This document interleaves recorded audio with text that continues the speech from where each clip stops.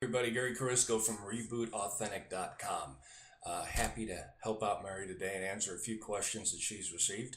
And the first one is, your first blog belly flopped, and now you seem to be doing so well with your new blog, Reboot Authentic.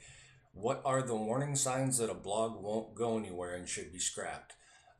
Well, first of all, whoever asked that, thank you. I love your choice of words because, to be honest, the first blog really did belly flop. That's a great way to describe it. So, as far as the warning signs, there's a lot of things that happen on a blog that's not going well. Obviously very low traffic or great difficulty in getting subscribers, people asking you outright what your blog is about. And I had all those things going on at the same time. And to me, honestly, those are merely symptoms of what the real problem is. The one major warning sign that I'd kind of like to hone in on and focus on is not understanding who you are really. And I guess if you're going to put one word on it, it's focus. Because early on, trouble getting traffic or trouble getting subscribers, that's something we all go through.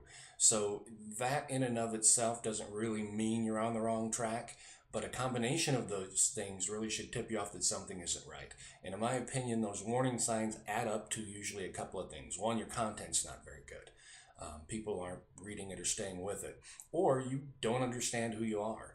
A lot of people would phrase understanding who you are. They put it in the realm of defining your niche or your market or your unique selling proposition or whatever. But really, it all comes down to going through the long and painful process of getting to know yourself. On a level that a lot of us really have never done before. You think about it, your whole life, you're told what your job responsibilities are. You know your company and your brand because it already exists. We know what we should sell because it already exists wherever we work as well. We're given roles and tasks, and that short list is what we're supposed to be good at. So we believe that whatever that little box is, that's what we're good at, and that's all we're good at, maybe. And it doesn't work that way starting your own venture on a blog. You have to think much deeper about what you have to offer, and it takes time and a lot of work. And actually, even having a better focus could also lead to better content, because if you focus correctly in an area that you have knowledge about and that you're excited about, I think it shows through in your content as well. So on my first blog, I always had this uneasy feeling that the name of the blog, the niche or lack thereof, the tag, everything was too broadly or loosely defined, and it really shone through in my results.